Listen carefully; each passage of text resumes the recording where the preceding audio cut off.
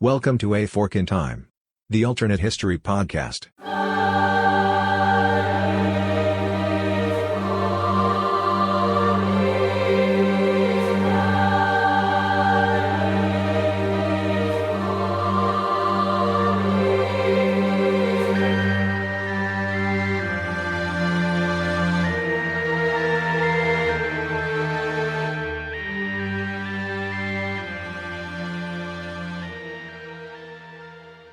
Hi, good people. Welcome back to A Fork in Time, the alternate history podcast. Well, I am joined today by one Mr. Evan Buck. Evan, would you like to go ahead and introduce yourself? Hey everyone, how's it going? It's your boy Evan. And who am I able to co-host with today? I mean, me, Chris Coppola. You don't even need to be introduced. You're just that famous. I think I might be within the context. I mean, you heard the open, okay? You heard the open. Exactly. Yeah. But this would be a sin if I didn't, if I omitted this fact. You haven't said your customary catchphrase yet. Oh, no, I said hi, good people. I opened with hi, good you did. That's what you opened with. All right, cool. Then we're good. It's an episode. It is. It's an episode early, actually. Anyway. Yeah. The officialdom of this episode came early. So we are going to talk today. We're coming out of American Month, and this is still going to be kind of an American episode, I guess. We wanted to kind of try and get a little bit further, but I do have some World Cup tie-ins to make it a little bit relevant to others. So, valid. What do you want to go ahead and talk about what our fork is for today, and I can give the color of it. Yeah, absolutely. So, like Chris said, we are trying to escape the clutches of America Month a little bit, but we cooked up an idea that is still very America related. That being said, I think this is going to be one of those more pop culture, sports oriented episodes, a little bit of a breather, a little bit of a palate cleanser, I guess you can say, from all the super serious wars and existential civilization crises that we love to focus on and talk about here on A Fork in Time. Today, we are going to be taking a look at the fabled game of American football. And yes, I will always refer to the other game that involves feet as soccer. That is just, it's America, baby. What can I say? And yes, I believe that if we win the World Cup someday, the rest of the world should be forced to call it soccer.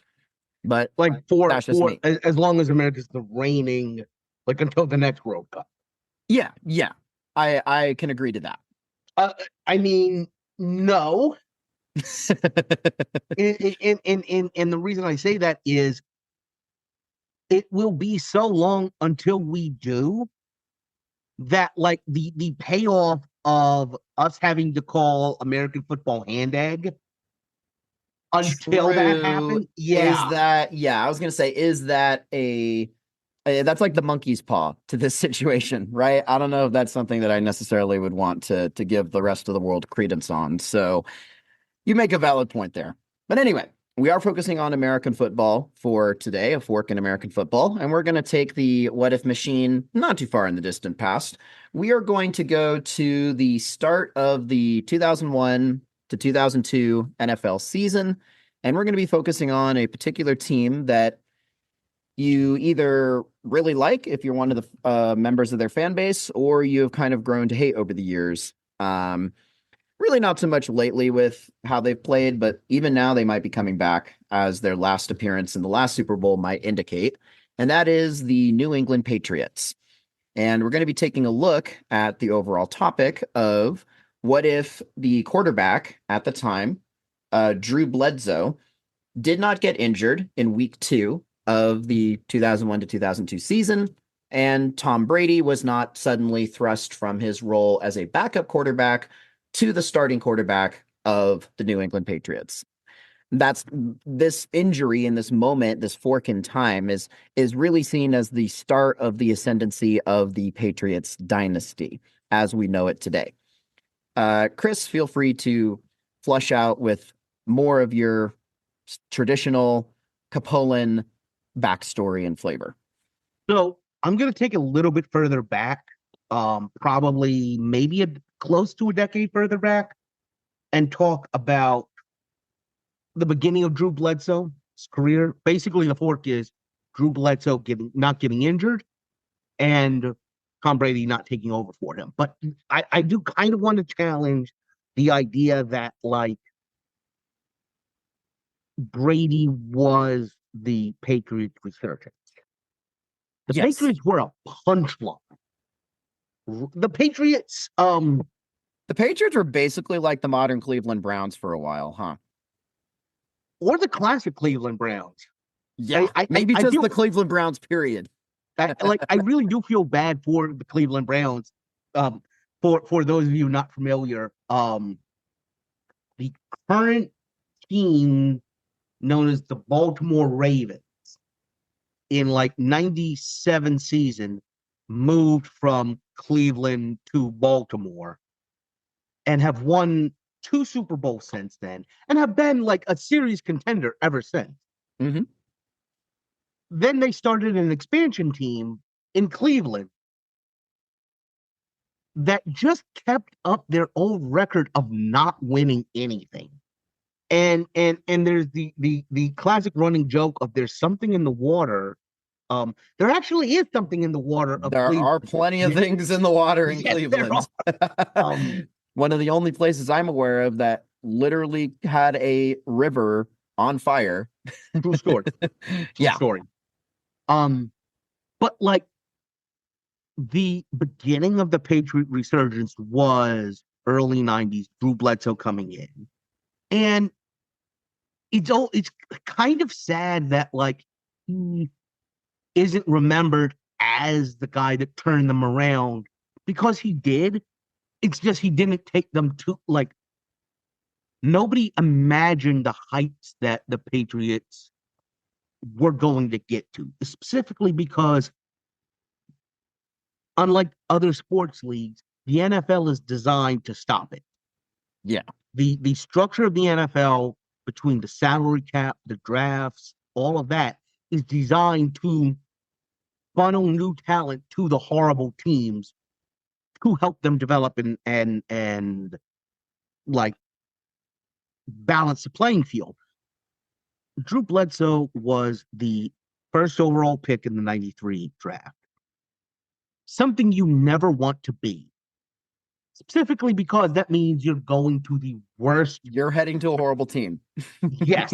So you're going to have to survive there for a year, maybe 2.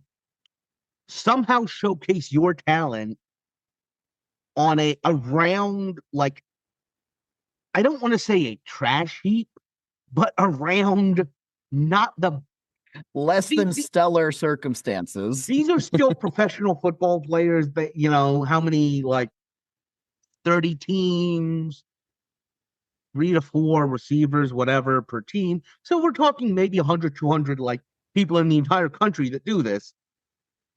But you still need to stand out before you can get sent to another team. Bledsoe comes in first pick with his head coach, Bill Parcells, who has a record at other teams. And he really he takes the Patriots to the Super Bowl and he gets them into like the conversation. And in like 01, when he's injured, Tom Brady, I believe it was his second year. I believe it was his second year, and he was the backup. And something that is always everybody likes to state, but also for those who are unfamiliar, just so everyone knows, Brady was the very last pick, I believe, of the 2001 draft. I think it was. Yeah. So he was originally like Mr. Irrelevant before Brock Purdy became Mr. Irrelevant. By the way, important point. Why was he taken so late? Because the Patriots had a very low pick because of the work that Bledsoe put in. The way I like to see it is Bledsoe walked so Brady could run, essentially. Yeah, Bledsoe Except that helped the Patriots get to a point. among quarterbacks, Brady wasn't the runner. But we don't need to talk about it. Yeah, we don't need to nerd out too heavily. So I'm grateful that you established that backstory, because I think especially like a lot of modern football fans kind of see Brady as with the rose tinted glasses of his inevitability and how he's won 6 Super Bowls. And, he is just this gargantuan name, probably, I would say the undisputed GOAT of the National Football League. That wasn't always the case. That was far from a given, especially during the fork in time that we are talking about today. So, with all that backstory established, then, let's take a look at how things might have played out differently if Bledsoe had not gotten injured and was able to continue leading the Patriots during that season. And Brady still would have remained a capable backup quarterback, but he would not have immediately reached the heights that he did when he was made the starting quarterback in 2001. So one of the first immediate things that comes to mind is, how would the 2001-2002 season played out with Bledsoe at the helm? And I am going to be referencing a article that I found during some brief research I did during the lead up to this episode. Because clearly football demands that I have like an encyclopedic knowledge of all of the players at this time. I have like a 20-page document I've written for this. Yeah, no, I haven't done this. I knew I could piggyback off of Chris and his extensive knowledge. He was watching these games, and he was, very heavily involved with football at this point. I was literally 4 years old when this all transpired. So I was not a football head. I legitimately watched the Tuck Rule game. Yes, exactly. And we will be mentioning and discussing the Tuck Rule and the implications in the alternate timeline as we come along here. But be that all as it may, if we can link this one in the show notes. I think there's a couple of articles that I would like to have linked in the show notes, but this one from Fox Sports I think is pretty good. It basically just kind of posits some overall thoughts on what if Bledsoe did not get injured. And there was another one that I also am going to be relying on as well, which I think is from Alt Sports History Substack. And it basically actually paints a whole game by game alternate 2001-2002 season. I'm just going to say for that one, I don't know if I necessarily agree with who they ultimately crowned the Super Bowl champion, but I do think I agree with the overall conclusion that Bledsoe leads the Patriots to a very respectable season, leads them to the playoffs, but they ultimately fall to the Raiders in what Chris has previously referred to and now we know as the Tuck Rule game. And Chris, I think it'd be good for me to hand it over to you so you can talk about the Tuck Rule game and why it was so important, especially for Brady's development in our timeline. So, as a fan of American football, the Tuck Rule game is still talked about, and one of it set a pattern that a lot of fans of the NFL that land on the opposite side of the Patriots have the opinion that the referees rewrote the rules for Tom Brady. And I do kind of want to throw that out there to our international listeners. With what happened in the World Cup, with as contentious as some of that was, this is kind of an American equivalent of it, where even as somebody who liked what the Patriots did as a team, liked the kind of ethos they put together, I could say this: that rule was invented on the spot by a referee to do what they wanted to do to keep the Patriots in that game. It has never been used since. It did not establish any kind of precedence. Nobody else was ever. It was never used anywhere else. According to my research, it was used in like 3 pretty minor games after that point. certainly nowhere near the degree or severity of impact as it had in this game. And it was just to help Tom Brady out. Cue, like, what we all watched a couple of weeks ago, game-winning goals being disallowed, things like that. Yeah, this is what the tough rule is about. But I mean, say what you will, Argent FIFA was definitely given a lot of help.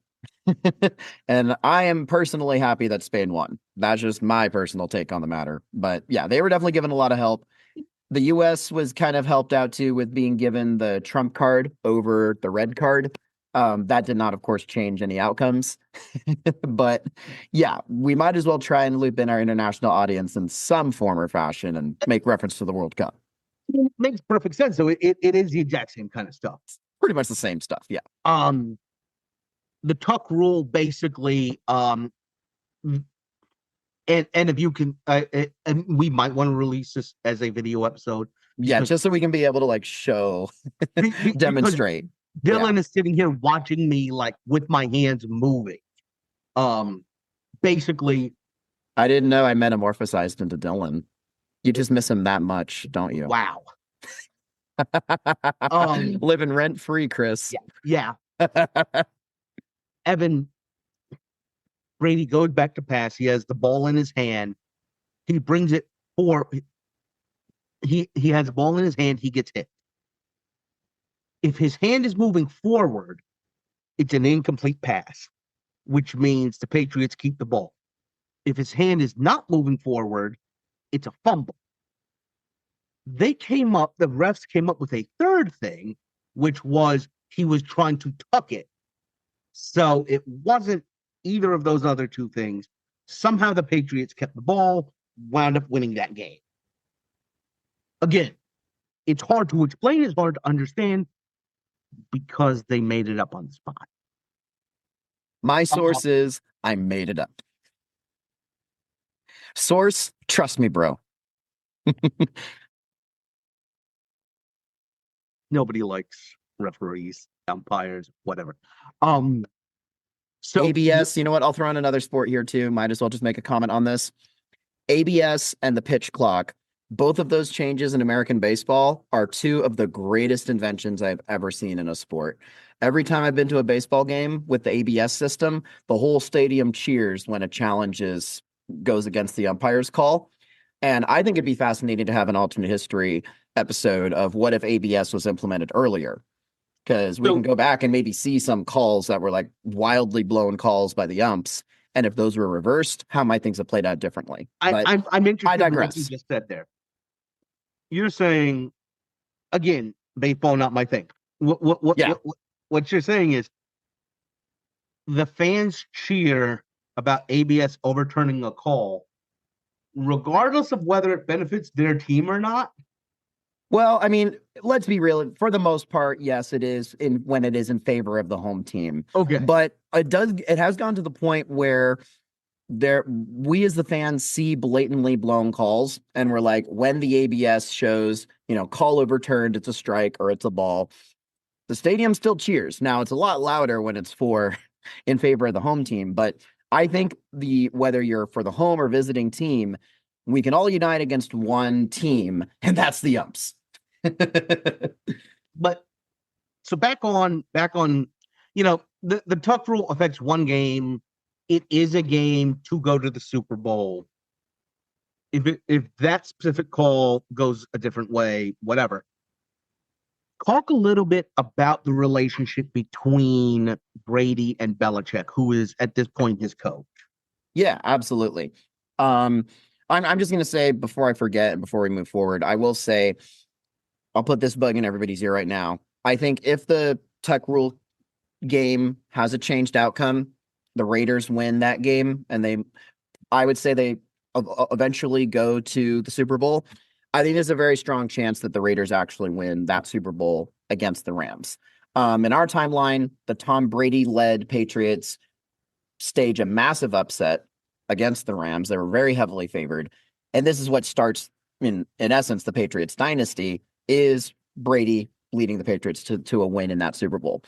Now, the alternate historian article that I am referencing thinks that the Rams would still win over the Raiders, but I don't know. Something in me just thinks that the AFC has the team of destiny this time around. So I'm going to say the Raiders win, but that's just me. We can return to that after I explicate on this relationship. So Belichick and Brady. So Belichick, from my understanding, was really kind of the main inspiration behind picking Brady last in the draft. And Brady was not seen by much of anybody at this point as the insanely, talented dynasty starting quarterback that he ended up becoming. He was seen as a pretty capable backup quarterback, but there's a reason he was picked last. And so Belichick was kind of already starting to lean towards eventually starting Brady over Bledsoe.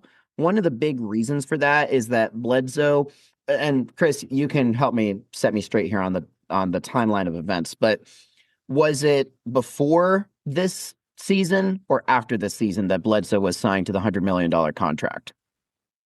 Let me see. I believe it was right before this season. Like this was the season where he got it. I'm pretty sure that this is the season where he got it. So for those unfamiliar, the NFL has a salary cap rule situation. I'm not even so sure I can explain it super well, succinctly, but it's intended to help teams, or rather discourage teams from just stockpiling and amassing talent to where they're just going to sweep everything like the Dodgers in baseball. Modern Dodgers in LA. Okay. Yes. Important distinction. Not the Brooklyn Dodgers. For the other ones, things will happen in post. Yes, I have nothing but ambivalent feelings or even good vibes towards the Brooklyn Dodgers. I have nothing but animosity towards the modern iteration of the Los Angeles Dodgers. Signed, a very bitter San Diego Padres fan. But yeah, so the salary cap is one of the tools the NFL uses to help prevent situations like the Dodgers ruining the game of baseball. I did not say that. But be that as it may, Drew Bledsoe was signed to a very large contract. Oh, sorry. Pause for a second. Yeah. The salary cap is an agreement among all NFL teams that you have this amount of money to pay your players. And what that means, when you sign a record-breaking contract with your quarterback and give them a ton of money, that means that all counts towards this total cap, and it means you have less money to spend on all of the other positions. That's why that's important. Yeah, exactly. And so with that in mind, then, Belichick, the head coach of the Patriots, he was already having some thoughts about, maybe it's a good idea to eventually throw Brady out there, and eventually move Bledsoe's massive contract, because again, with Chris's helpful explanation there, Bledsoe is costing the Patriots a pretty money, which is kind of limiting Belichick and Kraft's, the team owner's ability to be able to bring on additional talent to surround Bledsoe and the defense, which was already an elite defense at this point, with the additional other thing talent. I want to point out, Bledsoe's in like his 7th or 8th season. Mm-hmm. That is peak/post-peak for an NFL quarterback. He's a really good player. He's done a lot of stuff for us. He's earned all this money, but we need to think about the future. Right. They're starting to think about the future. And so Belichick was kind of already at this point thinking, yeah, maybe within the next season or two, we'll find somebody else to take on Bledsoe's big contract, and I'll start Brady. So in our timeline, Bledsoe's injury heavily accelerates things that would have probably already eventually happened, putting Brady in the spotlight a lot sooner than Belichick would have thrust him into himself. But these trends were probably still happening. So with all that being said, we know Belichick and Brady today as, the most accomplished coach quarterback duo in NFL history. They're still on very, very good terms, obviously. And I will say, even as someone who doesn't really like the Patriots dynasty on a whole, I still deeply respect Belichick as a coach, Brady as a quarterback, and everything that they accomplished. Do I necessarily like that it happened? I kind of happen to think that a lot of how dominant they were as a force in football made things a little bit more boring to me personally. There's a reason why everybody hated the Patriots except for Patriots fans personally. But as a, person who from stepping us outside the fan Evan does not bubble. remember the Atlanta Super Bowl. Oh, I remember that Atlanta Super Bowl. And you know what? They earned it. They deserved it. And the Falcons totally flubbed that. Like, if you flub something like that to that massive of a degree, then hey, you kind of deserve all the accolades and honors that you get from that. But from a fan perspective, I might not like the Patriots of an individual team. From a football fan perspective, I think almost anybody should be able to appreciate and respect what Belichick and Brady ended up doing. That's kind of my take on the issue, my perspective on it. But needless to say, I'm rambling on here to make the point that Bledsoe was kind of already on, I'm not going to say thin ice, but he was already more than likely on his way out the door within the next couple of seasons. And so what we think happens during those intervening seasons in the alternate timeline, which in our timeline saw the ascendancy of Brady and the Patriots dynasty, I think is pretty fascinating and pretty interesting. And Chris, I think you have some decent ideas on some other teams that might have and players that might have filled the void during those intervening years in the alternate timeline. So, put a very fine point on it. In 2001, Brady doesn't take over. Maybe he starts taking some reps, but he isn't the starter. And your article actually gave me probably, like, if you were around the NFL at this point, you think about Peyton Manning and think he got robbed. He was one of those quarterbacks that was. I always loved him, and the reason I loved him is his audibles. If you ever watch American football, so many times what happens is the offense comes up to the line with the play they're going to run. And as a fan of the team that I am, I hate seeing them run the play, just run it and get nothing. When you watch Peyton Manning play, you can see him reading the defense. You can see him thinking. He doesn't play like a dumb jock. He plays like he was nicknamed the Gent, and you could watch him look at what the other. Yeah, he's one of the smartest players I've ever seen play, and adapt his plan to succeed against what the other team was doing. I've always, this is a little past his era, but it's really easy to think about and contrast Peyton Manning and Brett Favre. Mm-hmm. Yeah, I can see the contrast. Was a quarterback basically for the Green Bay Packers. I don't think he ever. He was with the Vikings for like what, 2 years? I think he was with the Jets for a year or two, and then he was with the Vikings for a year or two. But really, the majority of his career is a Packer. And if you ever watch him, I've heard so many people say, if you are a high schooler or a middle schooler trying to be a quarterback, do not watch. Don't watch Brett Favre, because mechanically he's horrible. He threw tons of interceptions.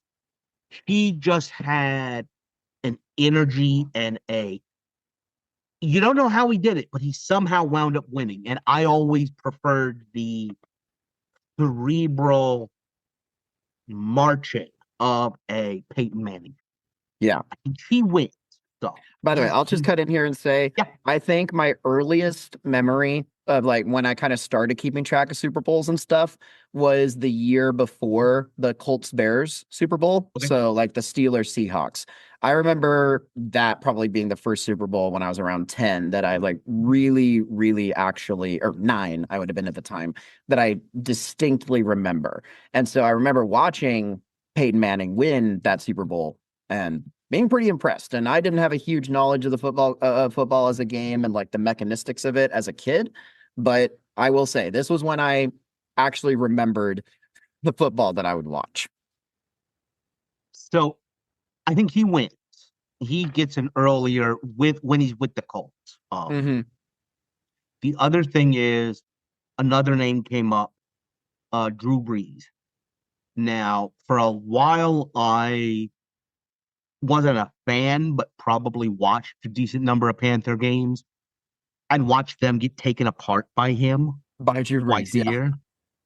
But he was another, and I think if you think about like the aughts period, it's sad to think of how dominant the Patriots were, only because there were so many other amazing players that never got the ring Yeah. the way Tom Brady did. Yeah. So go ahead and And I've been meaning to ask you this, Chris, because Yeah. I actually, and this can be put on the record for all of Work and Time history now. And maybe I'm wrong with this, so don't bite my head off. But my impression was that you were always I'm dead naming them here, but Redskins / Commanders fan. Now, I know you're originally from Carolina, and so you mentioned like watching the Panthers. So were you like a fan of both teams? Are you a fan of both teams, or are you only a fan of one of them? I'm a fan of the Commanders / Washington Redskins. Okay, good. I'm glad that I wasn't off base there with my assumption. It was an issue. It was an issue in the family. A house divided. The last game I watched in the house I grew up in before I moved to college, I had to go downstairs and watch on like a 4-inch black and white rabbit ear TV because I was going to root for the Redskins at that point, and it was a preseason game against the Panthers. Oh boy. I think some of you have heard me mention my mother's entire family are from Virginia. I was the only one of the like core fam of my household that stayed Redskin Commanders. The rest of her family are still Redskin Commander fans. So it was a split. Got it. And because I think if I remember right, the Panthers were a new franchise that started in 96, right? Yes. Yeah. So was your family all Redskins fans before that and some converted, or I'm curious. I was born and raised a Redskins fan. Valid. Always was a Redskin fan. My mother, always a Redskin fan. If I'm being perfectly honest, and I know this is probably weird to Americans, my father was a little ambivalent on football. Wow, that's fascinating. Right. She developed into a Panther fan. Okay. And my sister now is becoming more of a Panther fan. Okay, got it. I have a friend who's from Virginia himself, and he ended up a Panther fan himself. So, but he was more from I think no, he was from Charlottesville, but I think he went to UVA. Mm-hmm. I think he spent some time in, if I remember right, like Newport News area, so like kind of like the southern coast of Virginia. Okay. So like that's probably where he kind of developed more of his Panthers fandom. But well, I think the other important thing is just thinking about the timeline. Off podcast, you and I were talking about this a little bit. Yeah. The Bills went to four straight Super Bowls. Yep. Lost every one. All of them. Yep. And there was a fan mantra that changed the Bills into an acronym. Boy, I love losing Super Bowls. That's where that comes from. First one was to the Giants, then the Redskins, and then 2 to the Cowboys. And then 2 to the Cowboys. Our favorite franchise on A Fork in Time. That to make fun of. That that win in the early 90s was the last time the Redskins won a Super Bowl. So I think part of it is just time. My childhood was Joe Gibbs when we actually had a chance. Yeah. Your friend is probably more alive during the Dan Snyder era. Yeah. Rough. Dan Snyder, in my personal opinion, was trying to major league the team. I don't know where he was trying to move it. He was trying to crash that team. Yeah. So if you were in like a border area when one team, the Panthers have had their ups and downs, but have been to Super Bowls. They have been to a couple Super Bowls. Yep. And have won in your living memory. Yep. Yeah, I can understand gravitating there. I can understand that 100% for sure. So where were we going before this whole side note? Don't worry, you please understand how much of this I can talk. We were going to talk a little bit about what would a delayed start have on kind of the career trajectory of a Tom Brady. Yes, of Tom Brady, of some other athletes and teams during the era. So, yeah, I think we were leaving off on Drew Brees and the Saints. So, yeah, so we see Peyton Manning winning a chip, with the Colts earlier. We see Drew Brees winning one with the Saints maybe earlier. Do we see any other major changes?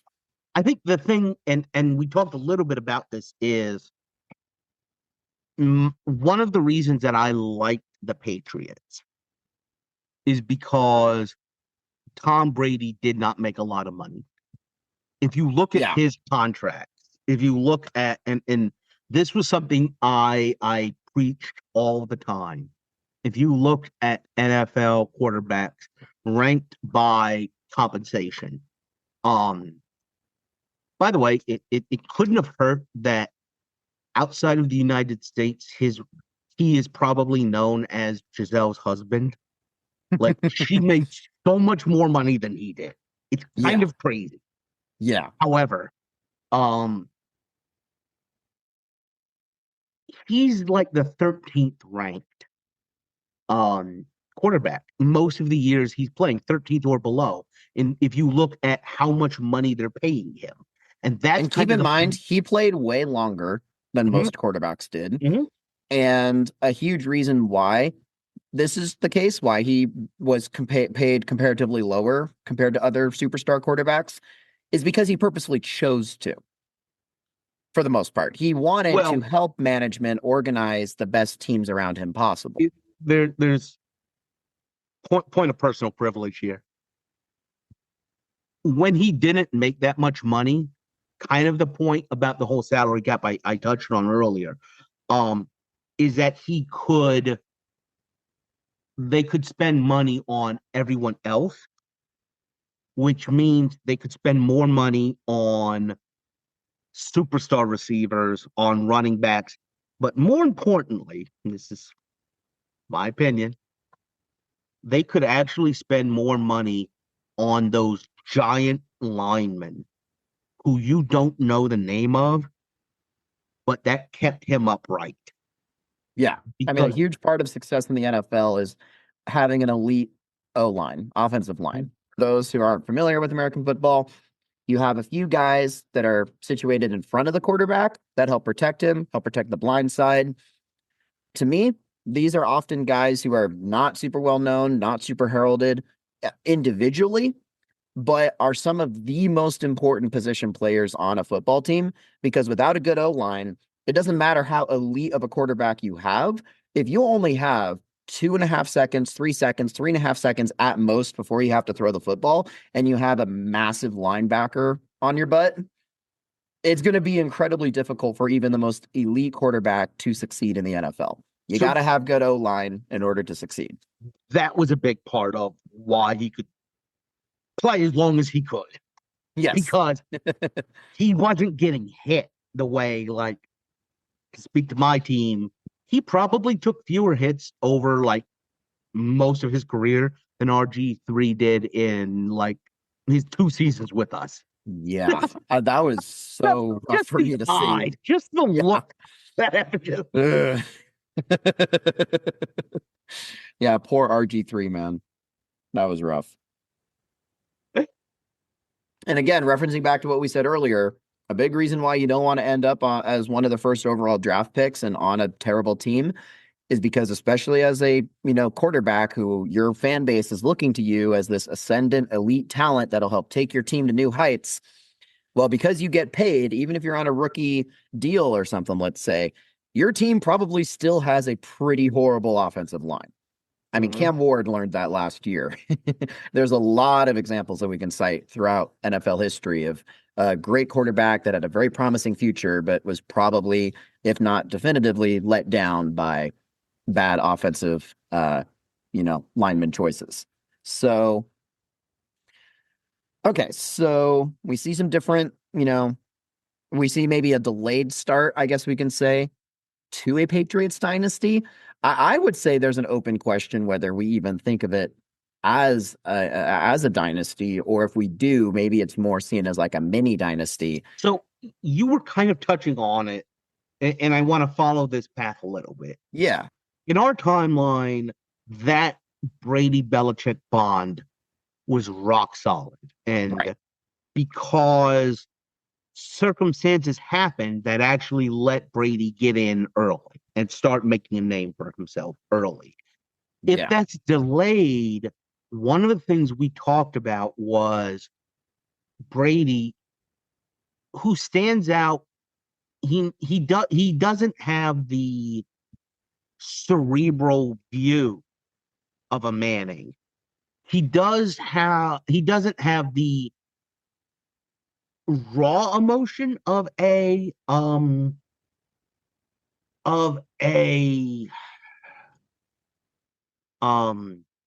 Brett Favre, but he's got the drive. It seems a little bit, and I hate to say, I am going to go ahead and say this, and all of our American listeners that watched all of the Patriots wins are going to have some feelings about me saying this. If his ambition is frustrated, he could go to the dark side. He could become Anakin. Just that of, you know what? Okay, I'm not getting taken care of here, so I need to get myself taken care of.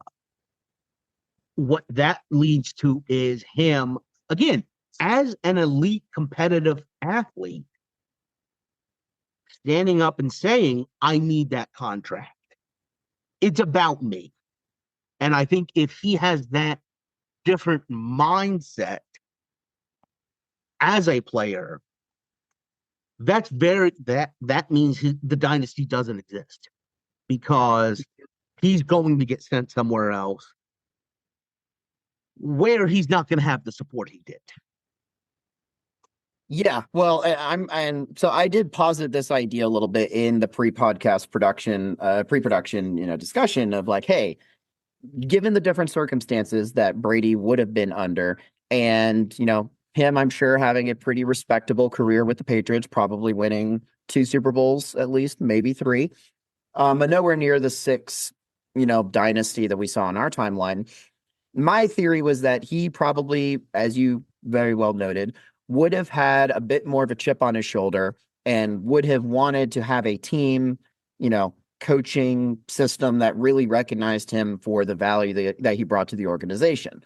The thing is that in the alternate timeline, he doesn't have the whole narrative of, I picked up a team from a hurt Drew Bledsoe and dragged them to a Super Bowl victory over an overwhelming favorite with my bare hands, kind of narrative. He doesn't have that. And so what I'm interested in hearing from you, Chris, because I have my idea of where Brady might have ended up, personally, and I think it's kind of an easy answer just from what I know about Brady and his, I'll say, childhood team. And there was a rumor, in fact, kind of early on in his career, that Brady might have been traded to this team. But before I air that as my possible opinion, you mentioned the dark side, Chris, and I am not sure if you are referring to that particular dark side. But I want to hear where you think Brady might have ended up. I think, just from my personal opinion, I think he might have spent some time down the road from me. Okay. As if we're thinking about Donovan McNabb, Bruce Smith, a lot of these really amazing players that had really great teams around them. Mm-hmm. When you have an owner who has absolutely no idea what they're doing and tries to teach and tries to basically play fantasy football with an actual football team, when you have these standout athletes, a lot of times they go to the Commanders, Redskins, or they go to Dallas, Jerry Jones, or they go places where you have owners that are willing to put aside a team, that are willing to give so much to an individual without building anything around them, if that makes sense. Okay. Okay. I could definitely see that as a strong possibility. And the reason, and I know where you're going, you're Right. probably I going, breadcrumbed it. Yeah. yeah, you're going the 49ers. I'm going with the 49ers just to air it out right now. Yeah. It was his childhood team. They were kind of rumored to be linked to him. They passed on drafting him in the draft. So there could be a lot of buyer's remorse there. Me personally, I feel like that's kind of an easy shoe and fit. But I don't think what say so. you? And the reason I say that is because San Francisco likes winning. Yeah. Well, I mean, they've kind of had a rough go of it as of late, mainly due to injuries. They've been winning, just not the ultimate prize. But in the sense of, like, they build their teams. They do not buy the shiny objects. They're not the shiny object buyers. Right. Okay. And I think after, if he's got 2 rings coming out of New England, and he has, like, internalized that turn that I was talking about, where, like, I have something to prove, I have been disrespected, he's going to go to the shiny object teams. For sure. Okay. Well, I can definitely see that. And I think, just based on, his football acumen and the fact, like, in our timeline, he left the Patriots and won another Super Bowl with the Buccaneers. I think it's pretty likely that we might have seen another Super Bowl victory, maybe 2. I'm going to be conservative and just say 1 more. I could see Tom Brady winning another Super Bowl with another team after he leaves the Patriots. At least 1. Yeah, I would say at least 1. But I think what you're going to wind up doing is he's going to bounce more. Yes. And everybody's going to be trying to capture lightning in that bottle. Yeah, I think he becomes one of those athletes for sure. And so, kind of, I guess, as we kind of can start wrapping up this episode, I think it's just interesting to see how much one injury, permanently altered the trajectory of another, players, and really a lot of different players, their overall trajectories as well, the start of an entire dynasty. I mean, I just think it's so interesting when I remember seeing this listed out somewhere else, and then I kind of confirmed this when I was kind of just looking at the list of recent Super Bowl winners. But with the exception of the Super Bowl, I'm not good at reading Roman numerals, 56, I want to say, which was between the Rams and the Bengals. The AFC representative in the Super Bowl since, like, I want to say, it's like 2017, has been one of either the Patriots or the Chiefs. Like, the Chiefs are now, well, not so much since last year, I would say, but the Chiefs kind of have become what the Patriots used to be. I would say the Chiefs are more of a mini dynasty. They have not gotten nowhere near the ascendancy of the Patriots, but, like, the Chiefs essentially kind of became the next AFC team that everybody loves to hate for winning too much. And so I think, yeah, kind of as we start wrapping things up, I think it is interesting to see where the Patriots would have gone, how things might have ended up differently with them, other athletes, other teams' trajectories. Um, it's a very different world. And it's one where we don't see, and I think the amount of ire possibly directed towards the Patriots would be much, much less. Oh, If not almost non-existent. I think we would be widely regarding them in terms of football fans as another pretty good, pretty solid, overall decent team that won 2 or 3 Super Bowls. And, then just kind of reversion to the mean happens.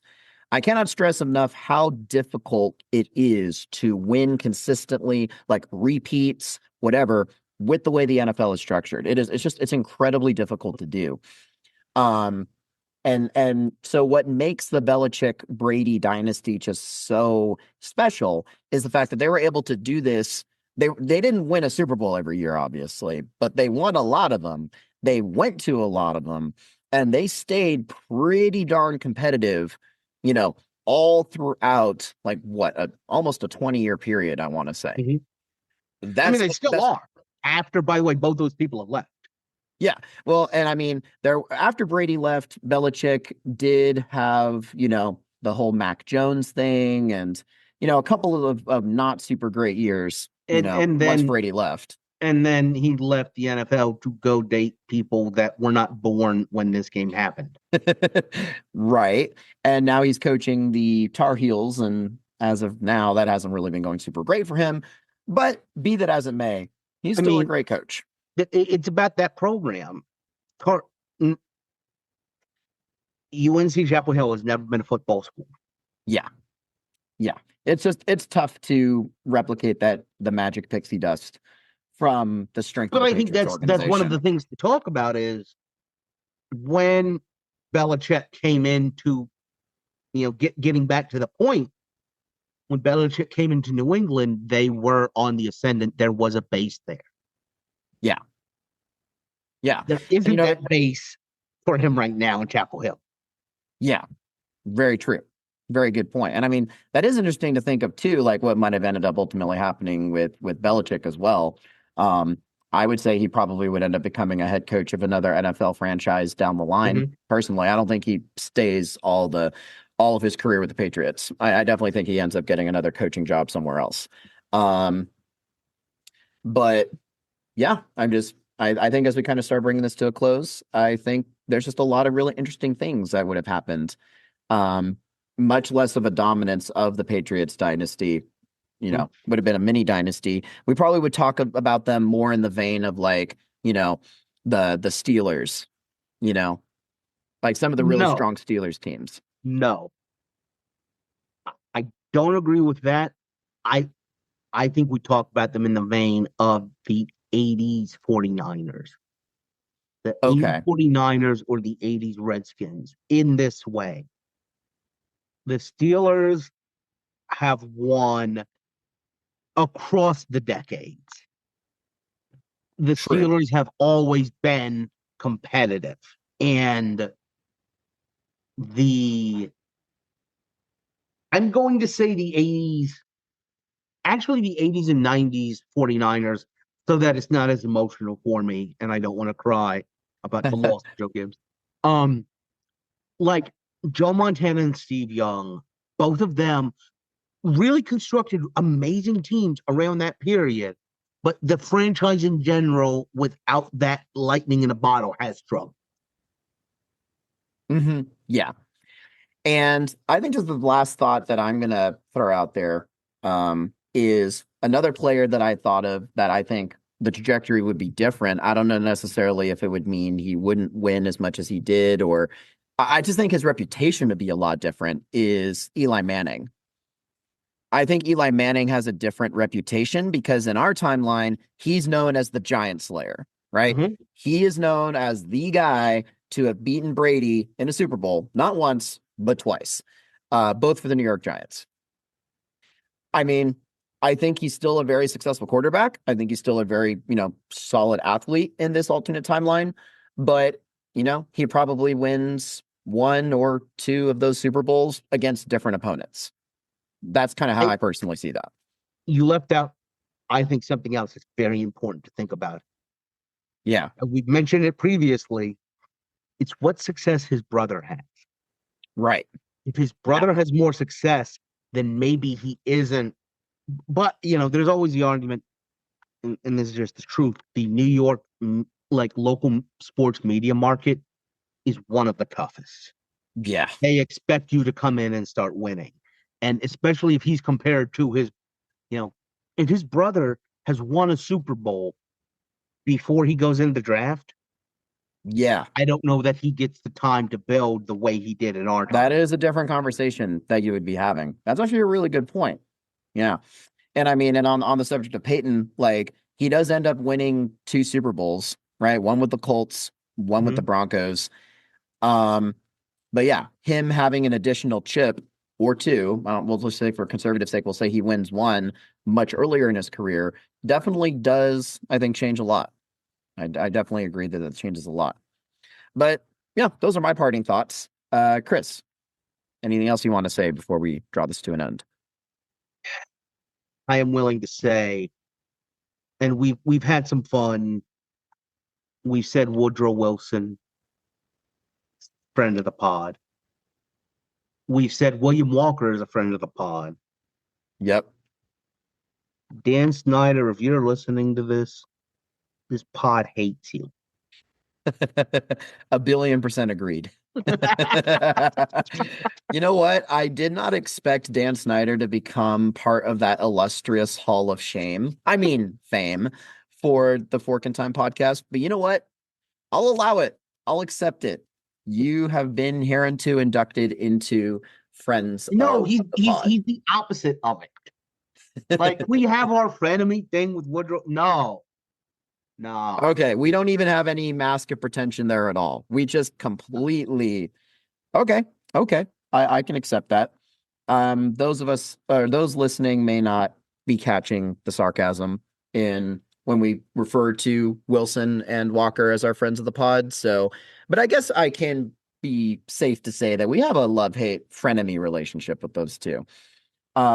Yeah, Snyder, no friend part about it. It's just enemy. No, I share in your antipathy, Chris. Yeah, with all that being said, I think this has been a pretty fun, solid episode. Thank you all so much for tuning in and indulging us in some football nerdological pursuits. And if you enjoyed this show and would like to, kick around some more ideas about it and other possible topic suggestions, you all know where to head, and that is our Discord server. And I think that basically brings us to the end, Chris. If we stumble across a fork on the gridiron, what do you think we should do with it? Slide so you don't take the hit that Bledsoe did. Yes, I would tend to agree with it. I was going to make some sort of variation of tuck it so that it is ruled an incomplete pass and you end up winning the game against the Raiders. But I think we both came up with good ideas there. But yes, if we stumble across the fork in time, we think you should take it. Thanks so much for tuning in, everyone.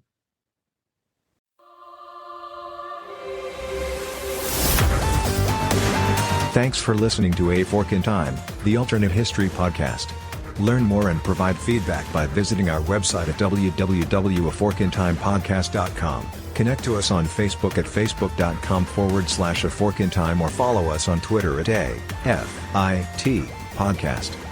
If you want to support the show financially, visit our Patreon page at patreon.com/aforkintime. We hope you will join us next time.